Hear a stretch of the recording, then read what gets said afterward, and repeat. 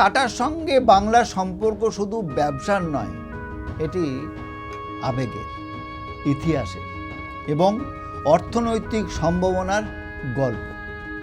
সিঙ্গুরের ঘটনাকে কেন্দ্র করে একসময় বাংলা এবং টাটা গোষ্ঠীর বিচ্ছেদ ভারতের শিল্প ইতিহাসের অন্যতম আলোচিত অধ্যায় হয়ে উঠেছিল। সেই ঘটনা অনেক বিনিয়োগকারীর মনে একটি প্রশ্ন তৈরি করেছিল, বাংলা কি বিনিয়োগের জন্য যথেষ্ট স্বস্তিদায়ক গন্তব্য? কিন্তু সময়ের সঙ্গে সঙ্গে ছবিটা বদলাতে শুরু করেছে এবং যখন বাংলায় আবার নতুন বিনিয়োগের আলোচনা শুরু হয়, তখন অনেকের কাছে সেটি শুধুমাত্র অর্থনৈতিক খবর নয়, এটি আস্থার সূচক।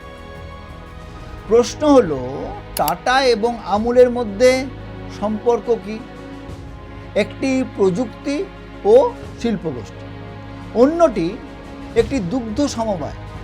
দুটি সম্পূর্ণ আলাদা জগৎ, তবু তাদের মধ্যে একটি গুরুত্বপূর্ণ মিল আছে।